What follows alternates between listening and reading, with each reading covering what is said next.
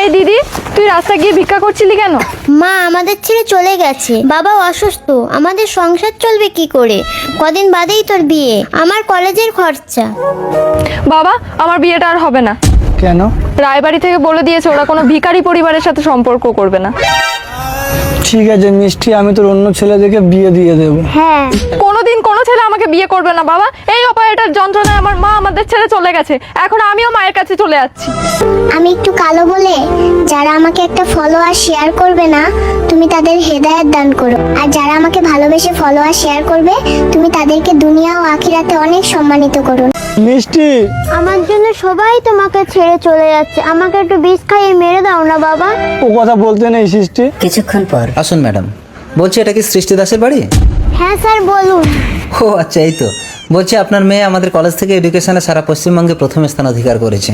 একটা প্রতিবন্ধী মেয়ের এই বিরাট সাফল্যের জন্য সরকারের পক্ষ থেকে ওকে ভারতরত্ন পুরস্কার দেওয়া হবে, আর আমাদের কলেজের পক্ষ থেকে ওকে চাকরি দিয়ে অধ্যাপিকা করা হবে। স্যার আমার মেয়ের জীবনটা অনেক ঠিক আছে ঠিক আছে, আপনি ওকে আমার বাড়ি নিয়ে আসুন। চলুন ম্যাডাম। তুই কলেজে চাকরি পেয়ে গেছিস মা, আমাদের আর কোনো কষ্ট নেই। বাবা, আমি বিয়ে করেছি। সংকেত, তুই বলেছিলি এটা সেই ভিখারির মেয়েটা না? বাবা, ও এখন ওর বাবার কাছে থাকে না, ওর মায়ের কাছেই থাকে। দেখ সংকেত, আমি ওর বাবা মা কাউকে চিনি না। আমি একজন প্রিন্সিপাল, সমাজে আমার একটা সম্মান আছে। তুই আগে ওর মাকে ডাক, ওর মায়ের সাথে কথা বলে তবে আমি ওকে বৌমা বলে মানবো। ইনিই মিষ্টির মা। কোথায় যেন দেখেছি।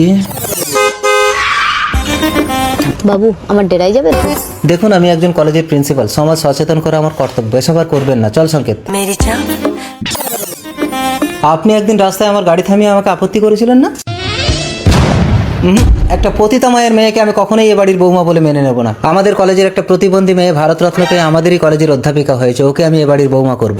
মিষ্টি, আমার বাবার কথাই শেষ কথা, আমি এই মেয়েকেই বিয়ে করবো, তুমি আসতে পারো। দাঁড়াও মা।